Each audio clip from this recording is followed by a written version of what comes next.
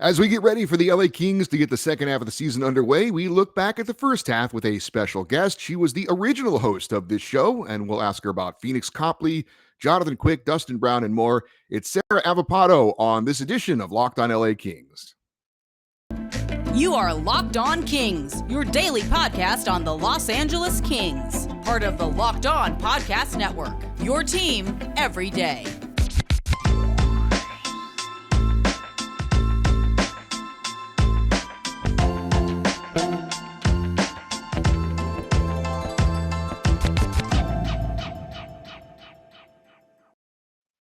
Hey, Kings fans, welcome to Locked on LA Kings, your team every day. Thanks for making Locked on LA Kings your first listen every day. We are free and available wherever you get your podcasts and on YouTube. Please like and subscribe if you are enjoying this content. I'm Eddie Garcia, your host of Locked on LA Kings. I've worked in sports media for almost 30 years, the past 20 plus years at the Fox Sports Radio Network. I'm also co-host of the Puck Podcast, an NHL weekly recap show that's been putting out content for the past 16 years. And of course, a passionate LA Kings fan for 30 years. This episode is brought to you by FanDuel Sportsbook, official sportsbook of Locked On. Make every moment more. Visit FanDuel.com/LockedOn today to get started. We welcome in a special guest for today's show. You might know her as the original host of Locked On LA Kings. It is Sarah Avampato. Sarah, thanks for your time today. Good to have you. I'm glad. It's been a long time since I've heard the little Locked On Kings jingle. I missed it. What? You're not listening every day to the show? What are you talking I skipped about? to the good part. Good one. Obviously, you want to get your thoughts on a number of things regarding the Kings, but I'm sure that there have been some people who have watched this show, who've listened to this show since day one, probably curious as to what you've been up to. So what's going on?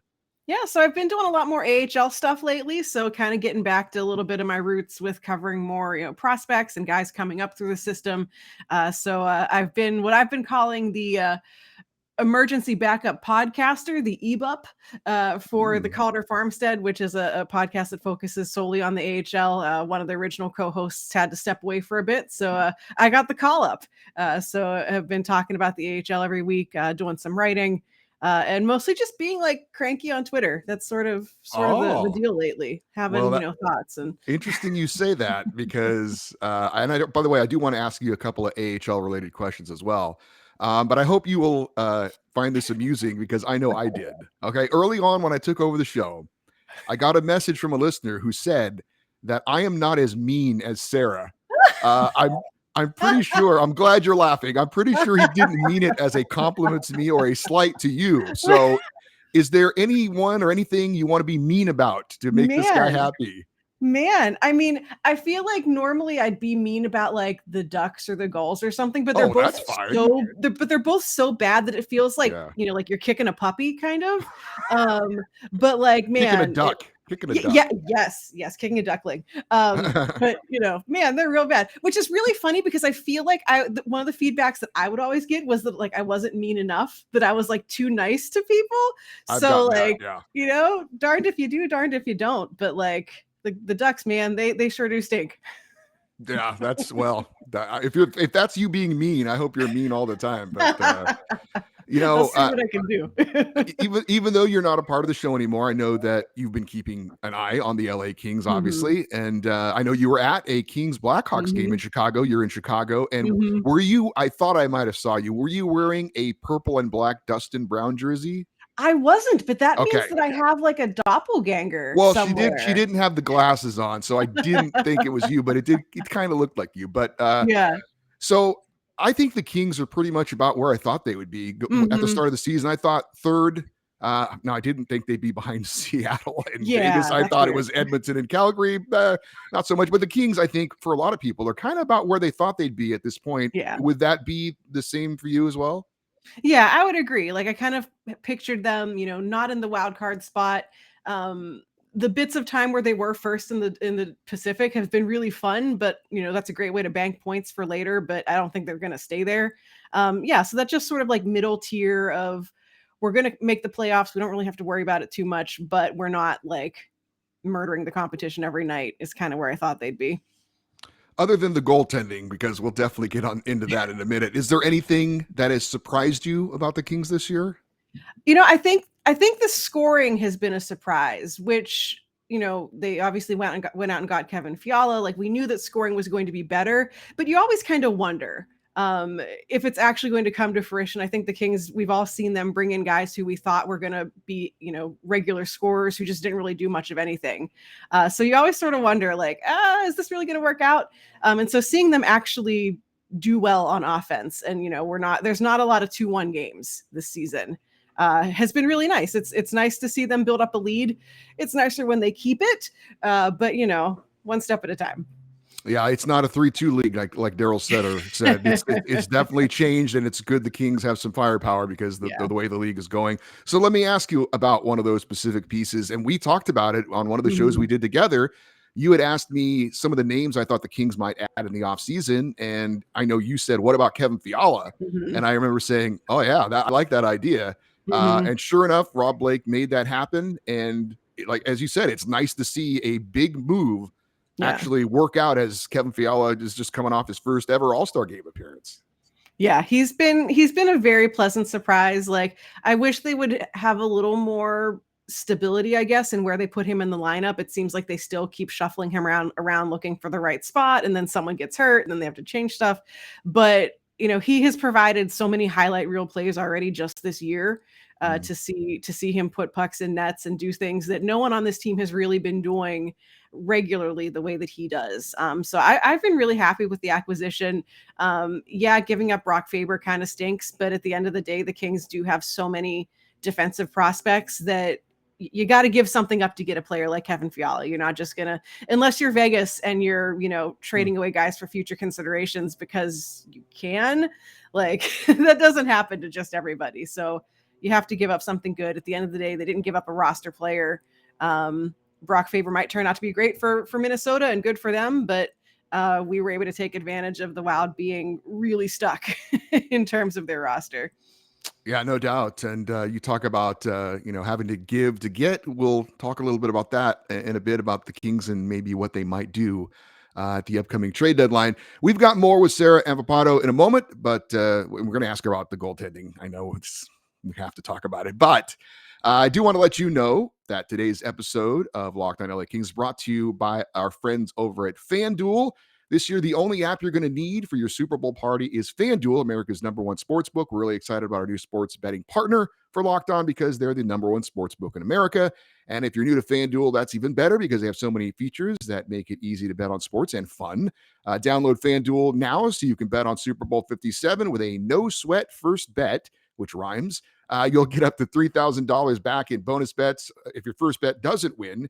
FanDuel lets you bet on everything from the money line to point spreads, who will score the first touchdown. FanDuel Sportsbook app is safe, secure, and super easy to use. Best of all, you get paid your winnings instantly. So join FanDuel today at FanDuel.com/lockedon to claim your no-sweat first bet on Super Bowl 57. That's FanDuel.com/lockedon. Make every moment more with FanDuel, official sportsbook partner of the NFL. We have more with Sarah Avampato, the original host of Locked On LA Kings. And I know you cover the Chicago Wolves. They are the Carolina Hurricanes AHL affiliate. And I want to ask you a question about that in a second. But first, Pheonix Copley. Talk about something nobody saw coming. This is a guy who was a career AHL guy. I remember when they signed him in the offseason, and I did mention it, but not, like that. It's just a break in case of emergency kind of a goalie, right? If somebody gets sick, if somebody's out for a short amount of time, they probably bring him up instead of Matt Villalta because he's got some NHL experience. But obviously, no one could have believed he would do what he's been doing. Is this? And I kind of wonder if it seems to me like this isn't getting talked about enough, frankly.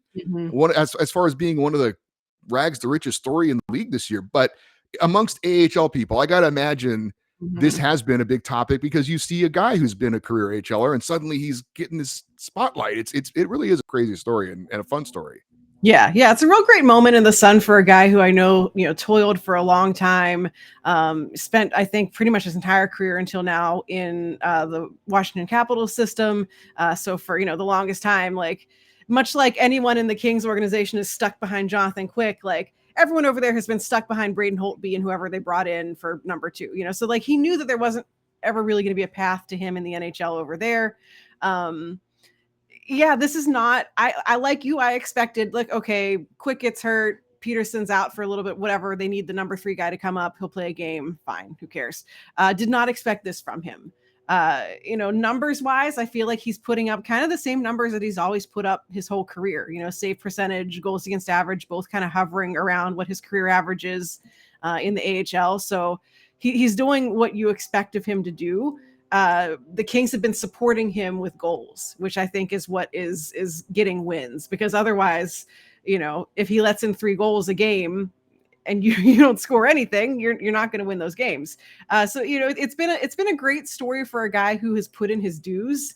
I still kind of have like one eye covered, waiting for the other shoe to drop, and for that scoring to dry up or something. But for whatever reason, they've been playing good in front of him. I feel like I'd love to see.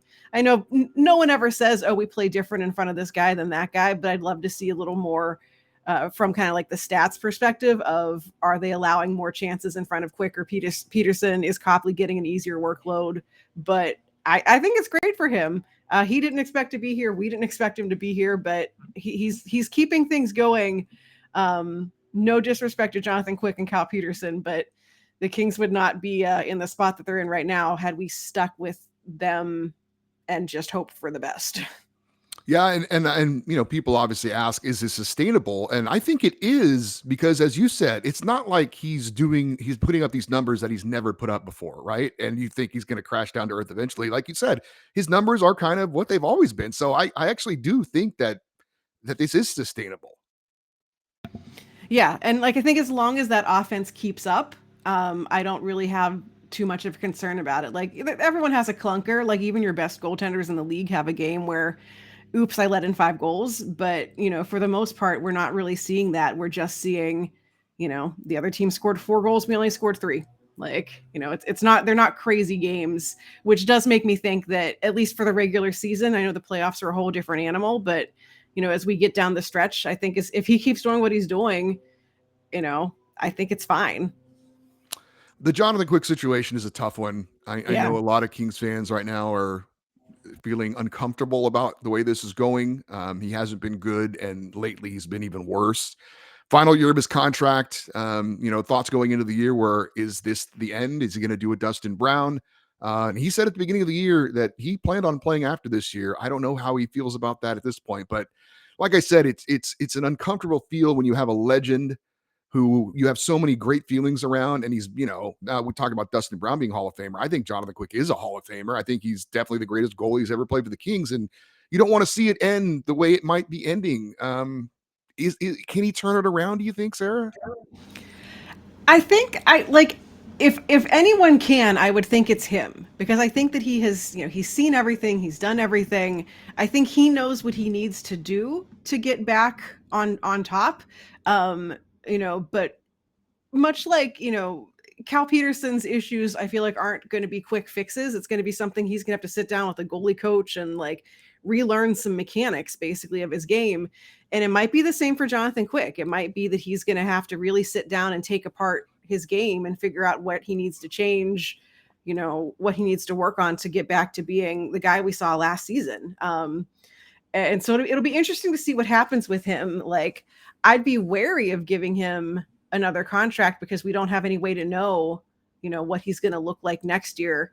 And, if this is it, it kind of stinks to go out on such a down note, especially given how good he was last year. And everyone was like, is he back? Is he back for good? And then this year came along and he just hasn't been able to get it going. I think that the Kings are going to have a huge question mark in goal. I think we all kind of thought we knew what was going to happen after Jonathan Quick, but with Peterson struggling and like there not really being a goaltender pipeline at this point of guys who I think are ready for the next step, good luck. I'm glad that I'm not Rob Blake having to make those decisions. But yeah, for a guy who's a legend, like an icon of the franchise, I also agree that he should be a Hall of Famer.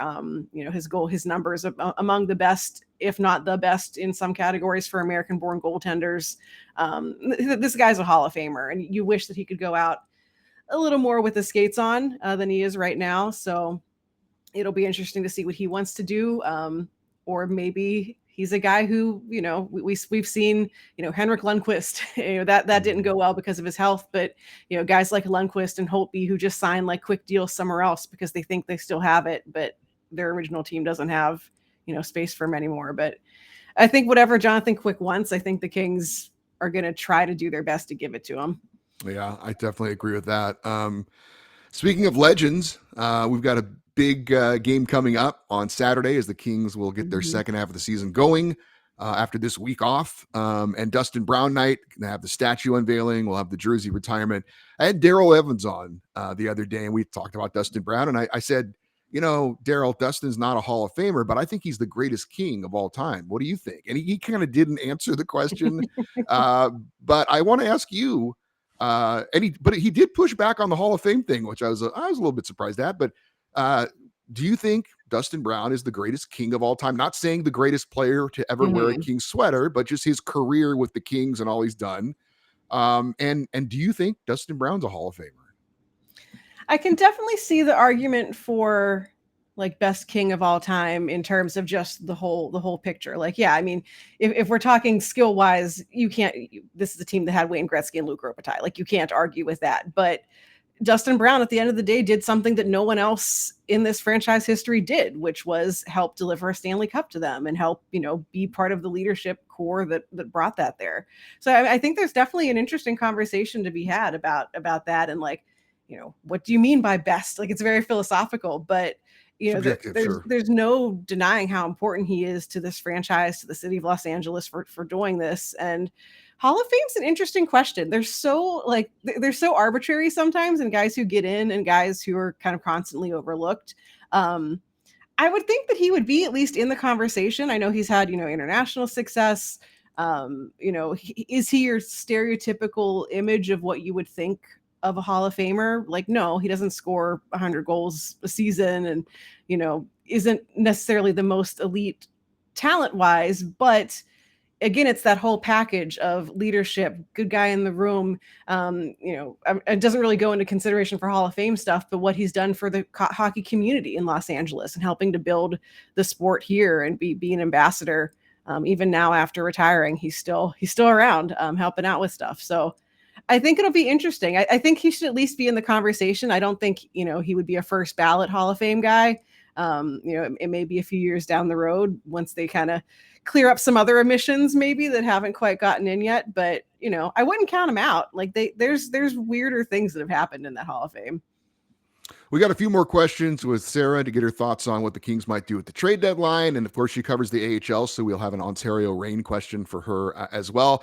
But again, I need to let you know that today's Locked On Kings episode brought to you by Athletic Greens. With one delicious scoop of AG1, you're absorbing 75 high-quality vitamins, minerals, whole food source superfoods, probiotics, and adaptogens to help you start your day right. This special blend of ingredients supports your gut health, your nervous system, immune system, energy, recovery, focus, and aging. AG1 contains less than 1 gram of sugar, costs you less than $3 a day. Just one scoop in a cup of water. That's it. No need for a million different pills or supplements to look out for your health. And to make it easy, Athletic Greens is going to give you a free 1-year supply of immune-supporting vitamin D and 5 free travel packs with your first purchase. All you have to do is visit athleticgreens.com/NHL network. That's athleticgreens.com/NHL network to take ownership over your health and pick up your ultimate daily nutritional insurance. We are wrapping it up with the person who launched Locked On LA Kings, Sarah Avampato. And we've got the trade deadline coming up. I think it's 24 days away, something like that. Obviously, fans love talking about the trade deadline. I know the Jacob Chikrin thing seems like it's been talked about for probably as long as this show has been going on. Yeah. Do you think Rob Blake will make a bold move at the deadline, or maybe just a tweak? I know a lot has been talked about, and I agree with it. The West seems wide open, and maybe there's an opportunity here to get all the way to the final. No disrespect to the Dallases and the Winnipegs and the Seattles of the world, but it's not exactly murderer's row like maybe on the East with Boston and Carolina and whatnot. So maybe that influences his decision. But what is your feeling on what you think he might do? Yeah, I mean, I think he has the team well positioned to take a swing. Is it going to be a Jake Chikrin type player? Like maybe, but I'd be interested to see. Like, he hasn't really been doing the rental thing. It seems like he's been looking for deals for guys who he can bring in to be a part of the team for the next couple of years. And so it'll be interesting to see if he's looking for one of these like high profile overpay for at the deadline rental players, or if he's saying, all right, our window is now for the next couple of years. I don't think this is a team that's just like one guy away from winning the whole thing, but you can get that one guy and then next year you get the other guy, and build on it. So I do think that he makes a move. We've already seen the Bo Horvat deal has set a very weird standard for forwards. We haven't really seen anything in terms of defensemen yet moving. But I think we all know that defense and goaltending, if possible, would be what we'd want them to take a look at. But I think that he has enough faith in this team that he is going to keep making moves. That this isn't going to be one of those deadlines that just trade two AHL guys for each other.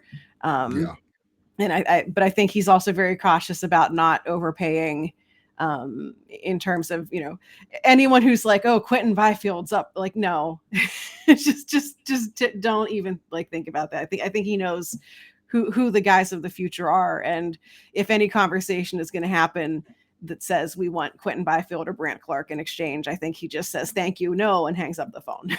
Yeah, I would agree with that. Now, you cover, like I said, the Chicago Wolves in the AHL. They're the Carolina Hurricanes affiliate. I mentioned the other day after they played the Hurricanes, if there's one team out there that has a wealth of riches in net, it is the Carolina Hurricanes, who have 3 goaltenders who are, would be happy to, any team would be happy to have them on their roster. Frederik Andersen, Peter Mrazek, and this kid, Pyotr Kochetkov, who's currently kind of the odd man out there in Chicago, the young guy for them.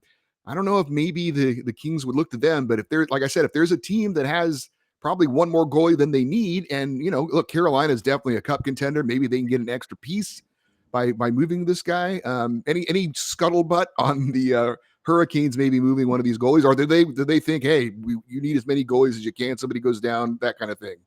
Yeah, I think that I haven't heard anything. I think that they are definitely in the we want as many goalies as we can have kind of box, because right now they have, like you said, Freddie Andersen and they have Antti Raanta. I'm sorry, Antti Raanta. Yeah, Thank yeah. you. I mean, same difference. Peter. Oh no, we've lost Sarah.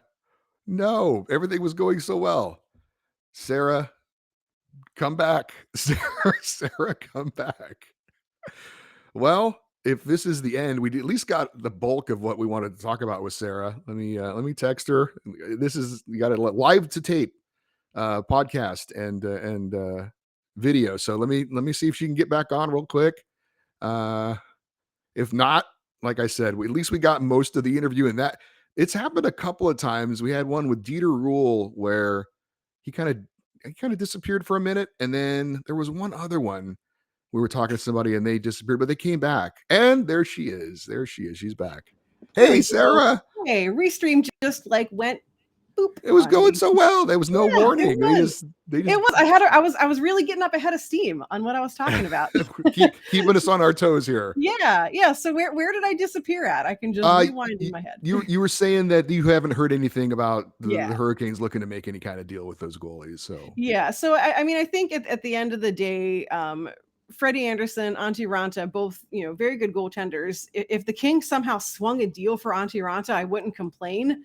I don't think they'd move Freddie Andersen, but Raanta I think is a little easier to shuffle around. But at the end of the day, I think the Hurricanes are going to see what happened to them last year in the playoffs, where I think one of them, I don't know which one, but one of them got hurt, and Kochetkov had to come up and play.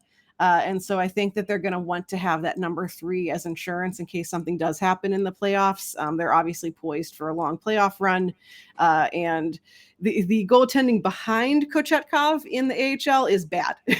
So, if something were to happen to one or both of their NHL guys, and they didn't have Kochetkov in the mix, they would be left with just pack your bags and go home. No offense to Zach Sawchenko, who's their other guy down there, but he's not going to win you an NHL playoff game. So I personally would love it if the Kings somehow stole Kochetkov out of Carolina, or even stole Raanta. I mean, Freddie Andersen as a King would be hilarious, given his history with the Ducks. But feels unlikely, but like also dumber stuff has happened at trade deadlines. But he's a very fun goaltender. I feel like if you ever feel like watching other teams' games that you have no skin in the mix, he's very entertaining and fills the like Jonathan Quick card of like ready to fight anyone at a moment's notice, which is always you want a goaltender with a little bit of character, and he definitely has that.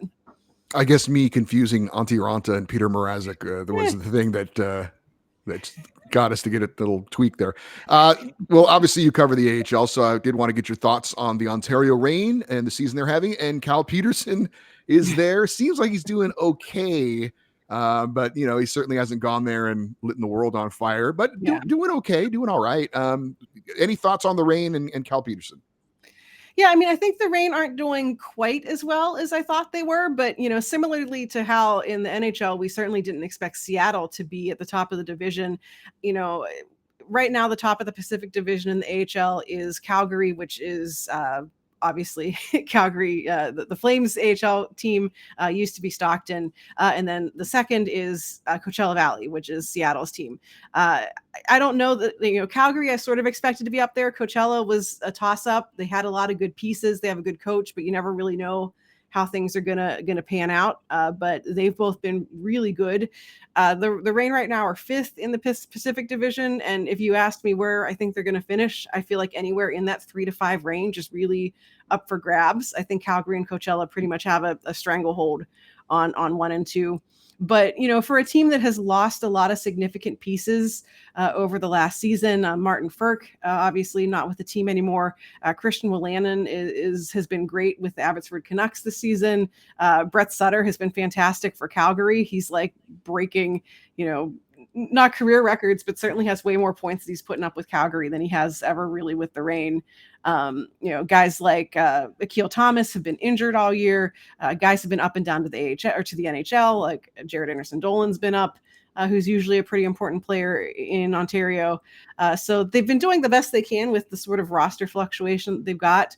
And yeah, like goaltending, everyone expected Pheonix Copley, Matt Villalta. There's your tandem. Fine. And then now we have Cal Peterson, who, like you said, has been fine.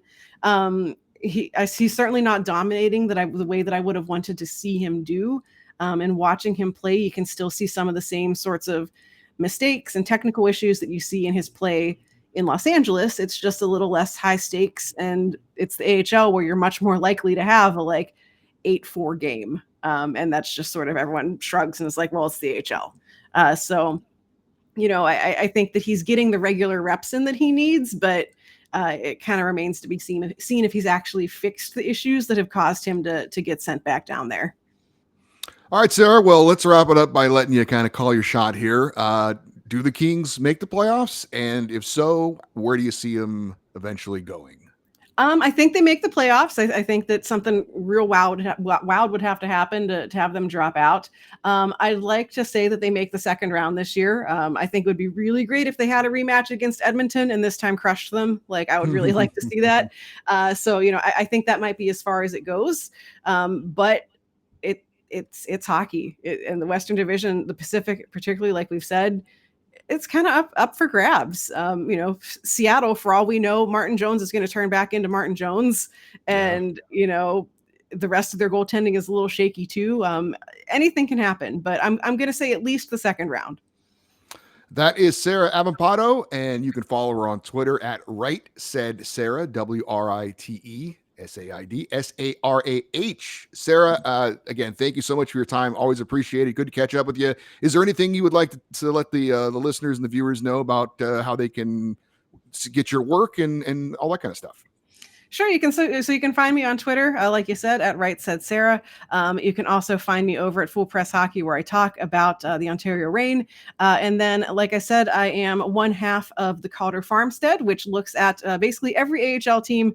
Each week, we pick 8 teams to talk about what they're doing, what's going wrong, what's going right. My co-host Sean O'Brien does a lot of great stats work for the AHL, so he's the numbers guy.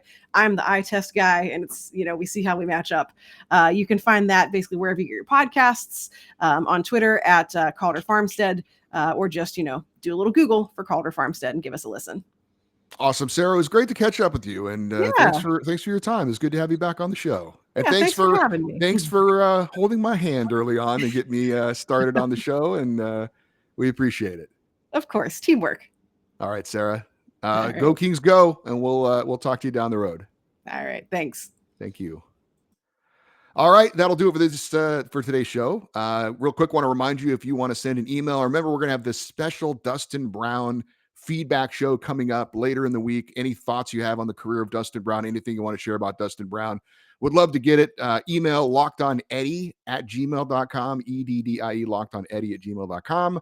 Also, we're on Twitter at Locked On LA Kings, on Instagram, Locked On LA Kings. Thanks for making Locked On LA Kings your first listen. For your next listen, check out Locked On NHL Prospects, your daily podcast covering the next generation of hockey superstars leading up to the NHL draft, plus NHL draft rankings and top prospect comparisons on every team. That is Locked On NHL Prospects, available on YouTube and wherever you get your podcasts. I'm Eddie Garcia. Thank you very much for listening and watching Locked On LA Kings. Have a great day, and as always, go Kings, go.